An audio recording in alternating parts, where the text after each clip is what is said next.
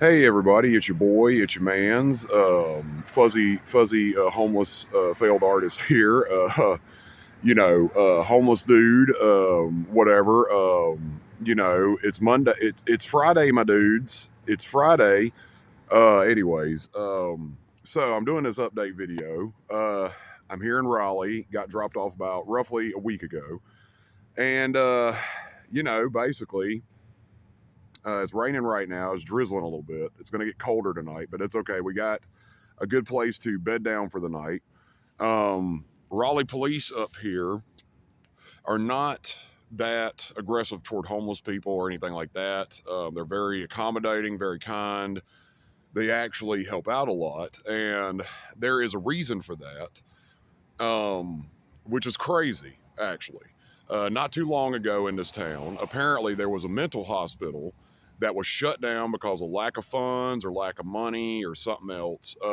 I don't know. But they've turned out all their residents into the street. Um, Severely mentally ill people were just thrown out into the streets overnight in Raleigh.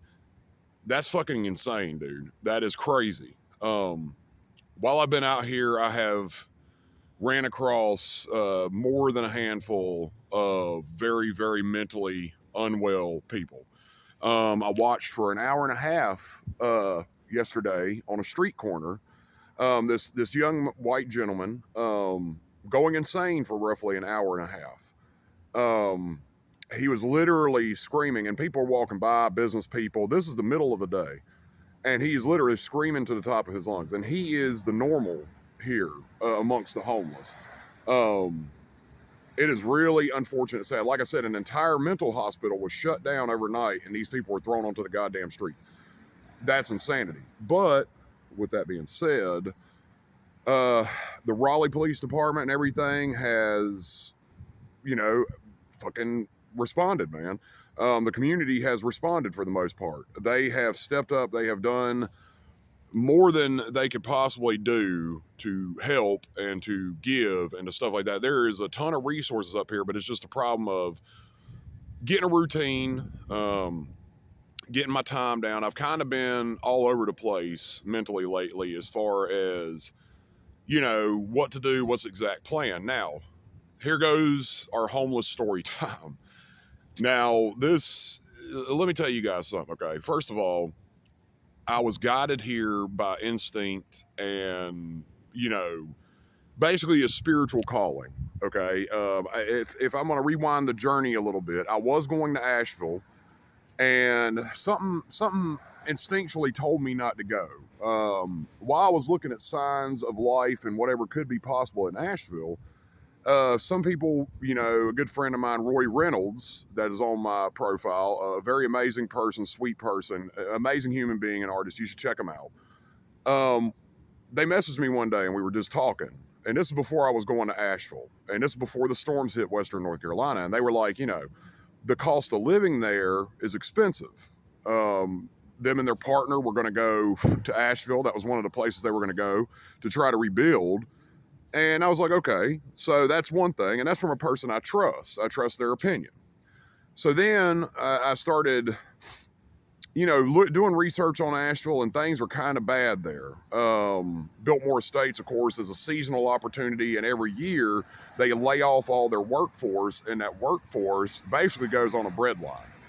So once a year for 6 months a year, whatever, the entirety of this fucking staff that works at Biltmore, which Biltmore Estate is fucking huge. If you've never been there, it's fucking amazing, but it is goddamn huge. It's basically a castle. It's like an old world German castle on like God knows how many acres of land. It is amazing if you've never been there, but that takes a lot of goddamn people to maintain.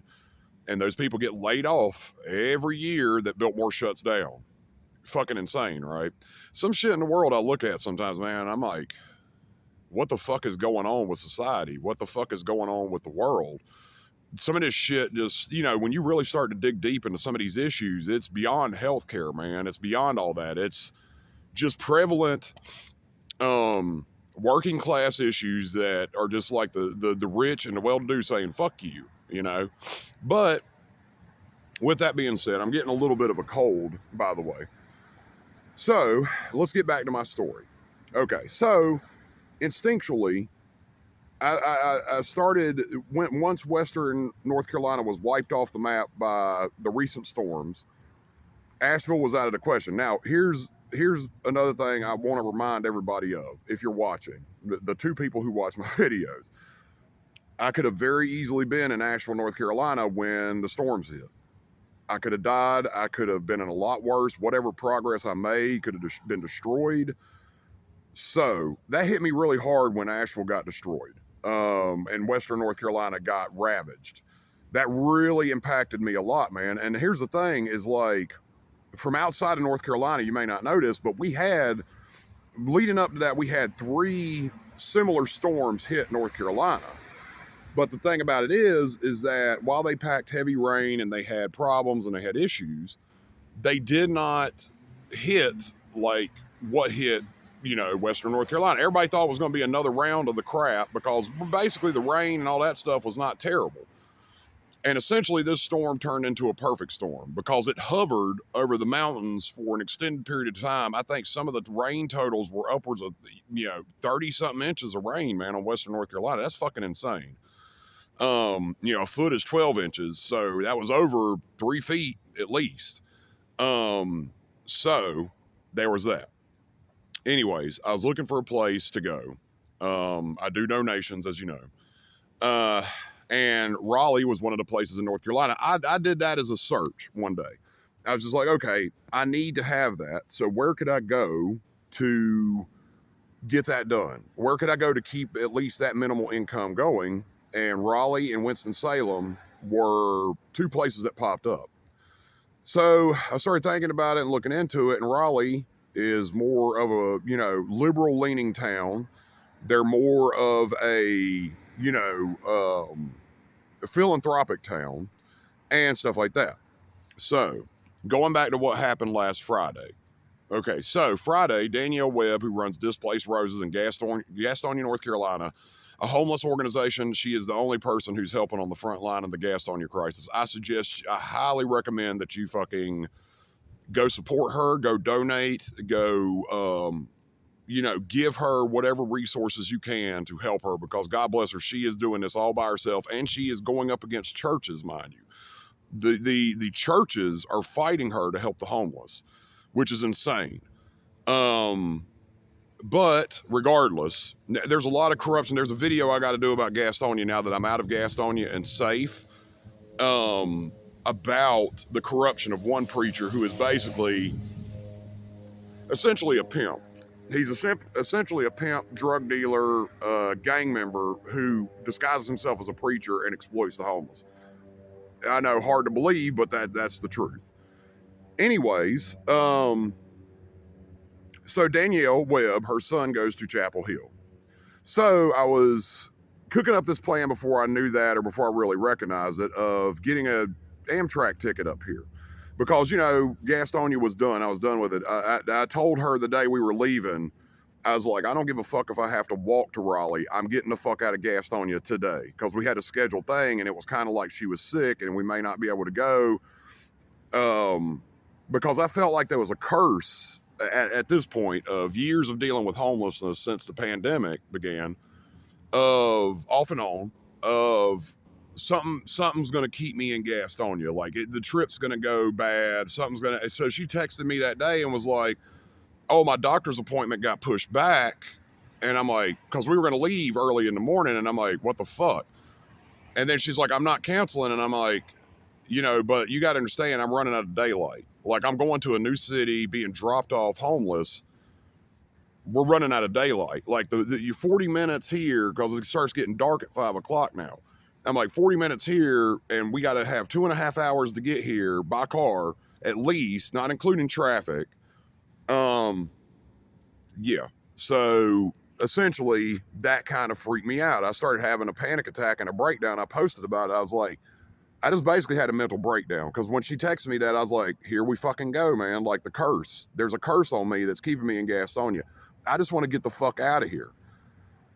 And I'll explain more on that later. But anyways, so we leave, we get down here finally. We leave at like 11 o'clock. We get here around 2, 3 o'clock. Of course, the one shelter that offers showers and laundry and stuff that I could get into or whatever we were already too late to exploit that. So we go to this one place. We're doing some quick searches. So we go to this one shelter and we register. So we go there that day and they say we don't do any intakes and stuff like that, right? I'm like, okay. So bearing in mind, she sits there for about 20, 30 minutes talking to this person.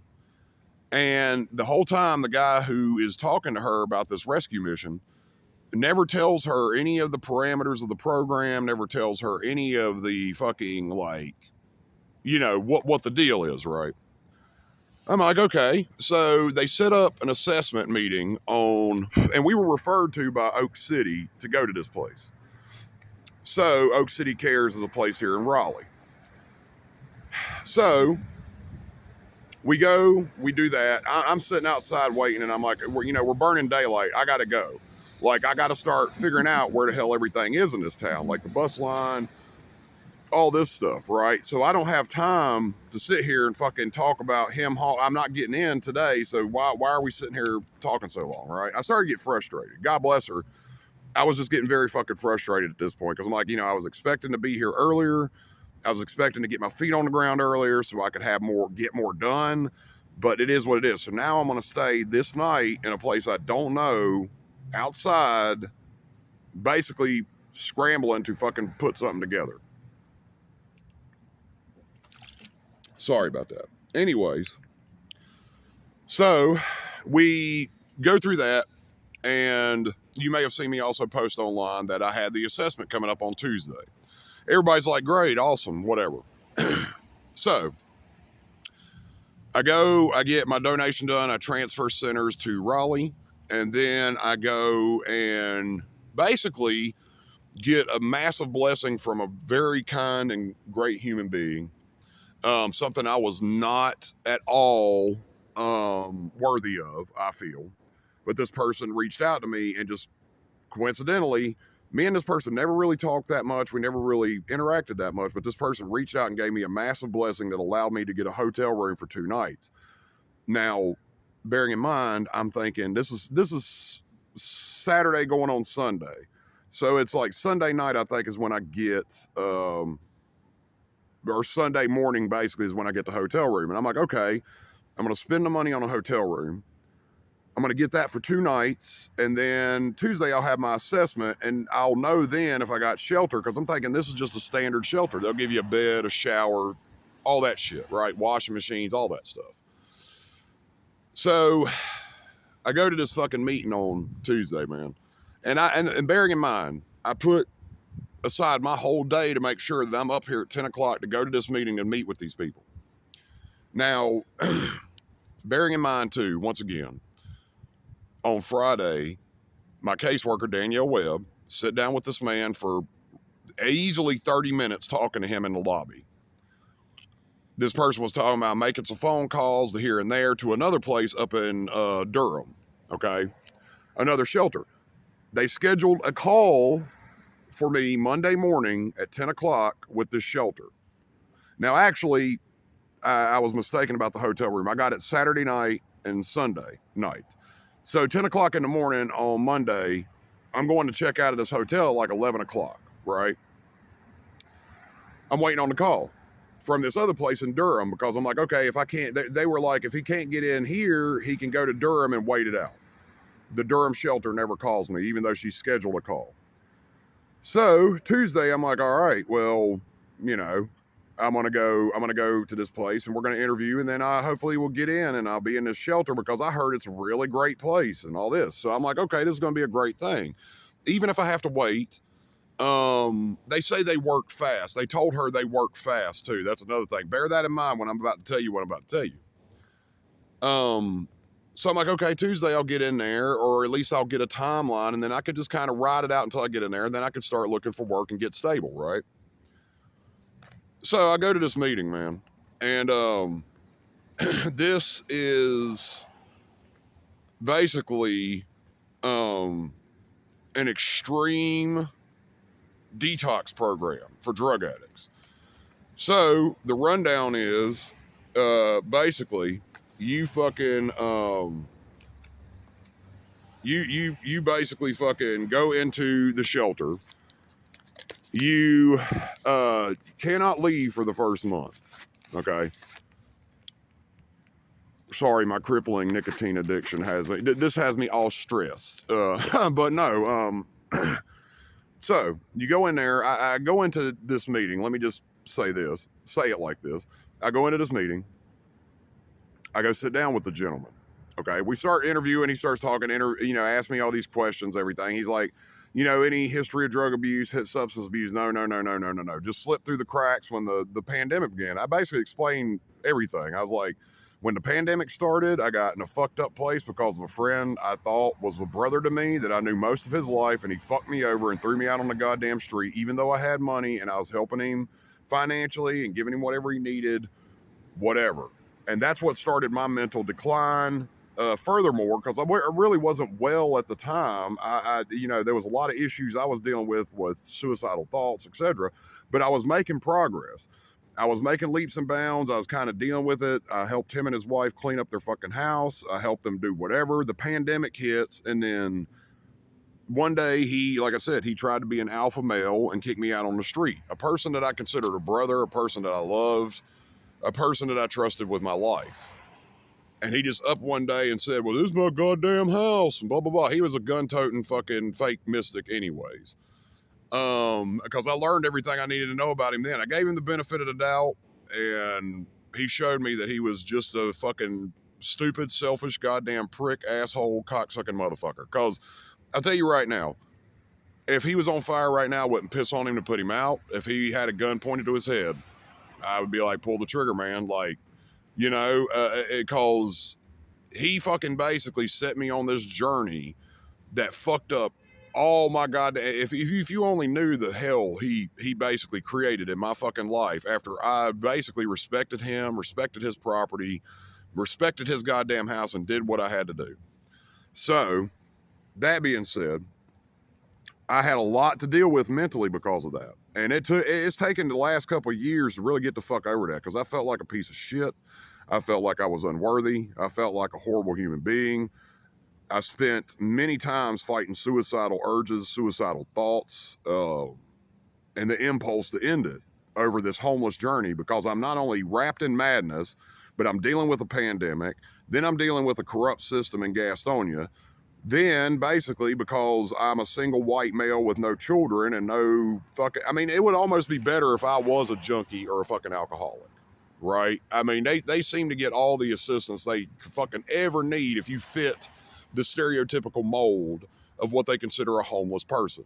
But if you're able-bodied and you have mental disorders that aren't extreme, they don't give a shit about you. Like, if you're literally dealing with suicidal impulses and stuff, that doesn't qualify. But if you're schizophrenic and seeing Jesus on the TV and all this other shit, then, you're even better. You got a better excuse or something. I don't know. I don't know what the deal is, but I just so happen to not be sick enough and not be hurt enough or not be this and that and the other to get any kind of aid or assistance. Is basically like, find a job and try to maintain it through the hardest circumstances with no assistance or leeway. And when you try to explain shit to people, that was the Gastonia system. When you try to explain, it's like I'm having a hard time keeping a job and being in a goddamn prison dorm when I've done nothing wrong. I'm not a convict. I'm not a criminal. But your homeless shelter is basically set up like a prison dorm. Anyways, so I went through that. I went through that whole ordeal, and here we are. So I explaining this shit to the guy, and we get to the point where we find out about the program. Okay, so here's the rundown of the program real quick. Essentially, the first month you're there, you cannot leave. No, you can't go anywhere, not even to look for work. You can only leave with somebody who is assigned to you to leave the property, which I assume is to go to the store and whatever. So basically, this is a program with somebody who already has money. Because if you're goddamn homeless and broke, I don't see what this program's going to do for you unless you got fucking extreme issues that you need isolation from, isolation for, whatever, right? So after a month, you get to leave the next month, which would be between 5:30 and 7 o'clock, only for an hour and a half a day, and you have to be back by 7. So I don't know what the point of that is. Now you ain't even allowed to work yet. Okay. So the third month is when you're finally allowed to, you're actually not allowed to work. You put to work by them. Now, bearing in mind the whole time you can't leave and all this stuff, you have to do chores, work, whatever, every fucking day or whatever the hell they got going on. I assume religious programming, Christian programming or something. I don't know. I didn't really ask too many questions after I started finding out about this, because I'm like, dude, this is something you could have told us Friday. You could have fucking just simply said, oh yeah, by the way, you won't be able to leave for the first month. Okay. So I scrapped that idea, man. I'm like, I can't do this fucking program. Why would I? I'm voluntarily signing up for prison, and I wouldn't even be able to find work or leave to do donations or get any kind of money for a fucking month. Like, this is fucking madness. Anyways, that was out of the question. So I've been kind of petering around, kind of trying to figure things out. And what I've been doing is I've been hanging out at this coffee shop. So I'll go up here to this coffee shop. It's called Raleigh Times. Amazing place, amazing people. And I go to this damn coffee shop and hang out. Now, across the street from this coffee shop is a bank, okay? And this is where the story, sorry, my water bottle just dropped. This is turning into an adventure already. This is a goddamn mess of a video, but anyways. So, across the street from the coffee shop is a bank. Now, you got to bear in mind that there's like little sitting areas, and then there's like a 2-lane road that's a busy intersection in Raleigh, and then a bank across the street, right? So I've been hanging out at this coffee shop during the day, kind of biding time, getting coffee in the morning, sitting there chilling. Nothing seems to be wrong. So I'm doing this, and what do you know, a couple of days ago, somebody walks into the bank and tries to rob the bank with a note. A fucking note, believe it or not. Now, there's a security guard outside like 24/7. And, you know, because I came up the block and I was going to the coffee shop, and then basically the cops and an ambulance were outside. There was 2 police officers, 3 police officers, and an ambulance outside on the corner. And it was at the cross section of the intersection. I thought somebody got hit by a car. Well, then a friend of mine, a new friend I made up here, comes up to me and says, yeah, somebody tried to rob the fucking bank. Because I asked him, I'm like, what the fuck happened up here? Did somebody get hit or something? He's like, no, somebody tried to rob the bank. I'm like, okay. So, that being said, and you know, I mean, you can't really see how I dress, but I dress in all black because it's wintertime and black is warmer. So I dress in all black. I usually wear a toboggan on my head. And I'm sitting across this coffee shop smoking cigarettes and looking angst-ridden. So, and I haven't been seen in town until this point, and then this fucking shit happens. So, you do the math, man. Like, of course, and there's, you know, this is the capital of Raleigh, man. There's goddamn cameras everywhere up there. I mean, there's probably cameras you can't even see. There's probably cameras in people's fucking assholes that's walking around recording shit all day, man, because this is the capital city. They don't fuck around, right? So, I go to the coffee shop like a day later after this happens. This is kind of funny looking back on it, but it's kind of fucked up. I mean, I'm so used to getting fucking stopped by cops and cops asking stupid questions and shit and gassed on you to where, you know, like, it wasn't that big of a deal when the police officer approached me, because I was sitting there with another friend I made while I've been here, getting us a cup of coffee, just chilling. So she goes inside to use the restroom and get her coffee, because I hand her like $5. I'm like, go get you a cup of coffee, whatever. And a small cup of coffee. So I'm just sitting there. All of a sudden, from behind me, an officer approaches. And next thing I know, the cop is standing there. Very, very, I will give Raleigh this. Y'all got some beautiful cops here, because this motherfucker was like Brad Pitt, goddamn, like, engineered in a fucking genetic lab, beautiful. I mean, he was a good looking man, okay? I'm not gay, but I'm just gonna go ahead and fucking tell y'all, this cop looked fucking sharp, dude. He looked fucking good. He looked fucking good. Some of you women might be watching this video thirst trapping right now. Yeah, if you saw this motherfucker, you girls would be like, yeah, take me, take me, please. I mean, in more ways than one. But anyways, that's beside the point. So the officer is very, very nice, though. He's not a dick. He's not a prick. He walks up to me. I'm like, hey, how's it going, man?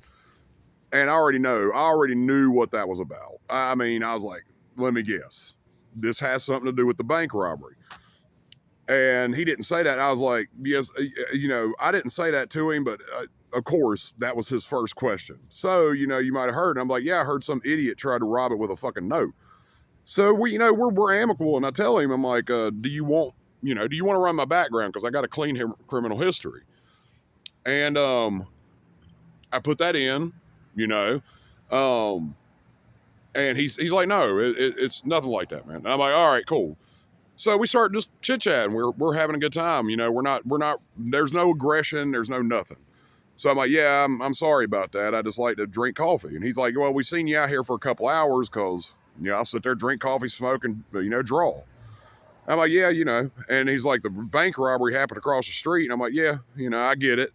I look like a bank robber. I look like a criminal. That's kind of intentional. So I fucking avoid heat from other criminals. But that. Unfortunately, and once again, this happens within the week. I show up right there at that fucking spot, and this is where the divine intervention part comes in. Because the officer, while we're chatting and he, is talking to me, he gets, he tells me about, he gets my story, and then I tell him, I'm like, I just came here from Gastonia, I'm homeless, etc. He clues me into a special unit of the Raleigh Police Department called the Acorn Unit, which was probably solely developed, and if you look at the website, to deal with complex issues of homelessness. And the police have funded this unit, and it's basically a quick network resource for people to find shelter, et cetera, et cetera, et cetera. So I gave him all my information. He put me down in the system. He said, I'm going to contact the officer for you directly. Who works with the Acorn Unit to get people on your case. And I said, thank you so much. His name was Officer Rosa. His last name was Rosa. Amazing fucking person, amazing fucking police officer. He wasn't an asshole. He wasn't aggressive. He handled it so good. And by the end of it all, I'm like, this dude's fucking awesome. I was like, he's an amazing human being. That single-handedly kind of restored my faith in a lot of police work and stuff like that. Single-handedly, I was like, I'm in good hands here, because despite all the circumstances, they don't harass you at night while you're sleeping. They don't fucking try to find homeless people to bully. They actually focus on real crime, stuff like that. So anyways, I got to stop talking. This video is about to be 30 minutes. This is going to take goddamn days to upload. But anyways, I love you guys. Things are going slowly but surely. They're going. And by the way, I'm up here at Freedom Park. I've posted some pictures of this online. If you're ever in Raleigh, you should come check this out. As an amazing, basically sculpture art area in Raleigh dedicated to the struggle of minorities and freedom and everything. So I'll post more videos coming up. I'll do more artwork coming up. I'll do more things coming up. And essentially, things are going to work out here. Things are coming together. And I know, because just these circumstances that have already happened in the last week I've been here have pointed me all in the directions of I'm in the right path. It's just going to take a little bit of time. And I don't know if it's the higher elevation or what, because Raleigh's a little bit higher up. But man, my health is, I feel exponentially better being here. Like, my health has gone, like, I'm walking every day. I'm not eating as much. I'm feeling healthier. I'm feeling better every day. Maybe it's just a mental thing. I don't know, but I'm fucking really starting to get, physically fit. I'm going to start working out. I'm going to get into a gym, lifting weights, pumping iron. I'm going to transform everything about myself, from physical to mental to spiritual to everything is going to come together for me. All right. I love you guys. Thanks for watching, and I will see you later. Bye-bye.